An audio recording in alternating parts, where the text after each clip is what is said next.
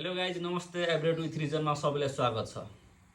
आजको भिडियो लास्टसम्म हेर्नु होला किनभने आजको भिडियो एकदम इन्फर्मेटिभ हुन सक्छ। यो तपाईहरुले कुनै एउटा एफोर्डेबल सस्तो कन्ट्रीको खोजमा हुनुहुन्छ भने प्लिज स्टप। आज म तपाईहरुको लागि त्यस्तै एउटा राम्रो एफोर्डेबल कन्ट्री लिएर आएको छु। कुन कन्ट्री हो, कस्तो हो, के छ, यताउति सब म पछि भन्नेछु। फर्स्ट मैले र मेरो टिमले दिने सर्भिसहरुको बारेमा तपाईलाई भन्न चाहन्छु। यो तपाईहरु युरोपको कुनै कन्ट्री या दुनियाको जुनसुकै कन्ट्री अप्लाई गर्दै हुनुहुन्छ भने तपाईले हामी थ्रु अप्लाई गर्नुभयो भने तपाईले के सर्भिस पाउनुहुन्छ। फर्स्ट, कुनै कन्ट्री अप्लाई गर्नुभन्दा अगाडि स्टुडेन्टलाई एउटै टेन्सन हुन्छ, इफ हामी त्यो कन्ट्री गयो भने हाम्रो त्यहाँ फ्युचर छ कि छैन, त्यहाँ काम पाउँछ कि पाउँदैन।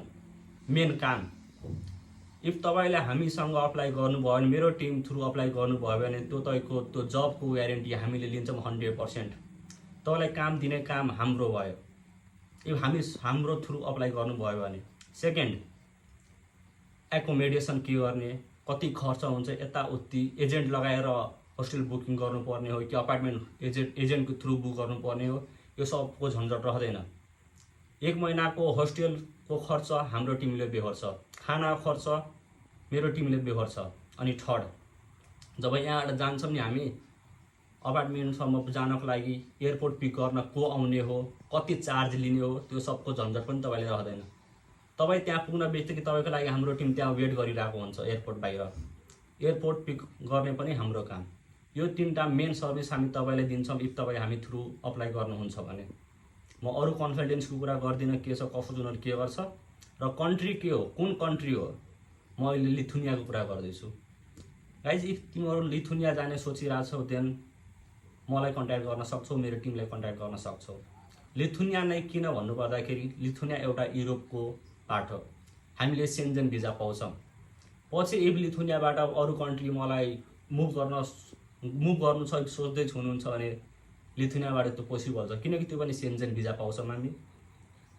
अरु कन्ट्री एक्सप्लोर गर्न पायो, ट्राभल गर्न जान पायो, घुम्न जान पायो, धेरै कुराहरू छ।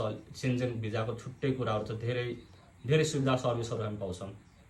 र लिथुनिया अप्लाई गर्न अरु कन्ट्री जस्तो त्यस्तो झमेला पनि छैन, डकुमेन्टेसनको प्रब्लम छैन, आइएलटिएस चाहिँदैन, अनि यताउति धेरै कुराहरू छ। इफ अप्लाई गर्न चाहनुहुन्छ भने तपाईँ मलाई कन्ट्याक्ट गर्नु। म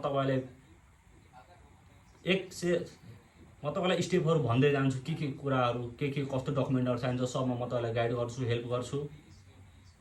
म भन्दिनँ तपाईँ मबाटै अप्लाई गर्नु, कुनै कन्सल्टेन्सी थ्रु नजानु। म कुनै कन्सल्टेन्सीसँग कुरा गरेर यो भिडियो बनाएको होइन।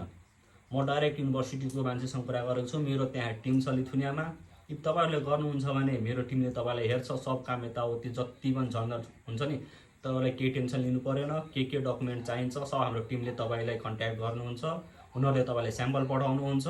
प्रोसेसिङलाई एकदम हामीले एकदम स्मुथ र एकदम इजी वेमा हामी काम गर्छौँ। सो गाइस, तपाईहरुले लिथुनिया अप्लाई गर्न चाहनुहुन्छ भने तपाईहरु मलाई या मेरो टिमलाई कन्ट्याक्ट गर्न सक्नुहुन्छ। र भिडियोको लास्टतिर म तपाईलाई एकचोटि फेरि सम्झाउन चाहे, हामी थ्रु किन अप्लाई गर्न मैले भन्छु भनेपछि हाम्रो जुन तीनटा सर्भिस छ नि त्यो याद गर्नु। एकोमोडेसनको झन्झट हाम्रो भयो, एयरपोर्ट पिकअपको कुरा हाम्रो भयो, र जब 100% ग्यारेन्टी साथ हामी तपाईलाई दिनेछौँ। कुनै कन्सल्टेन्सीहरुले तपाईलाई यो सर्भिस दिँदैन, उनीहरूले अप्लाई गर्छ, उनीहरू एजेन्ट थ्रु अप्लाई गर्छ, त्यो छुट्टै कुरा भयो। इफ तपाईले हामीसँग कन्ट्याक्ट गर्नुभयो भने हामीले तपाईलाई यस्ता थुप्रै सर्भिसहरू दिन सक्छौँ, किनकि हामी डाइरेक्ट त्यहाँको भएको मान्छेसँग कुरा गरेर अप्लाई गर्छौँ, एजेन्ट थ्रु अप्लाई गर्दैनौँ। सो गाइज, यस्तै केही डाउट छ, केही क्वेसन छ भने तपाईले मलाई व्हाट्सएप गर्न सक्नुहुन्छ। के छ प्रोसेसहरू स्टेप बाई स्टेप म तपाईलाई भन्नेछु। So you guys can contact me on WhatsApp. मैले आफ्नो व्हाट्सएप नम्बर बायोमा राखिदिएको छु। Thank you guys, see you soon.